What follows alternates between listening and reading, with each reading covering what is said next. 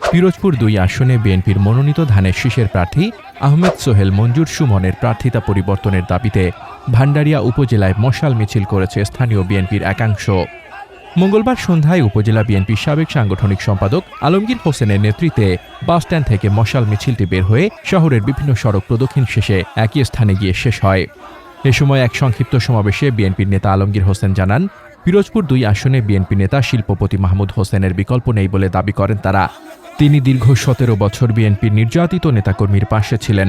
ধানের শীষের বিজয় নিশ্চিত করতে হলে অবিলম্বে মনোনয়ন পরিবর্তন করে জননেতা মাহমুদ হোসেনকে প্রার্থী করা প্রয়োজন।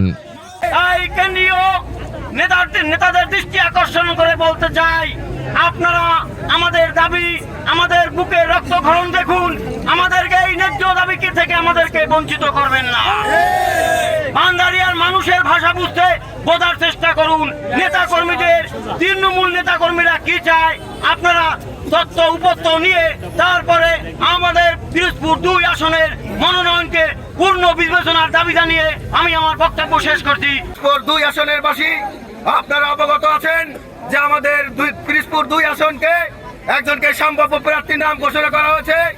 আমরা মনে করি ভান্ডারিয়া বিএনপি সহ যত অঙ্গ সহযোগী সংগঠনের নেতাকর্মীরা রয়েছে যে তাদেরকে নমিনেশন দেওয়া, তাদেরকে নির্বাচনে নিয়ে আসা মানে ভান্ডারিয়া আওয়ামী লীগকে প্রতিষ্ঠিত করা।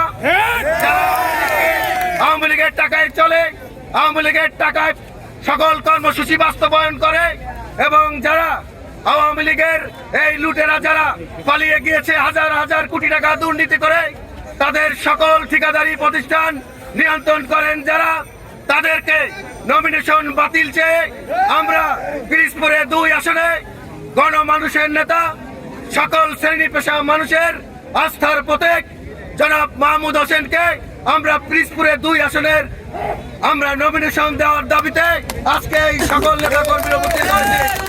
যিনি এই ১৭ থেকে ২৪ বছর এই ভান্ডারিয়া রাজনীতি করেছেন কিন্তু নেতা কর্মীদের খবর রাখেননি। ১৭ বছরে যিনি নেতা কর্মীদের পাশে দাঁড়াননি, যারা জেলে ছিল তাদের খবর রাখেননি, যারা পালিয়েছিল তাদের খবর রাখেননি এবং বিএনপিকে ঐক্যবদ্ধ করার পিছনে যার কোনো অবদান নাই, তাকে যদি নমিনেশন দেওয়া হয় তাহলে এই ভান্ডারিয়ার এই ঐক্যবদ্ধ যে প্রয়াস বিএনপি, আমরা আজকে সকল মানুষের কাছে বিএনপিকে প্রতিষ্ঠিত করার যে সুযোগ হয়েছে জনাব মাহমুদ হোসেনের মাধ্যমে, আজকের সকলের মুখে একই কথা, যদি মাহমুদ সাহেব নমিনেশন না পায় তাহলে ভান্ডারিয়ার এই সিটটি বিএনপিকে হারাতে হবে।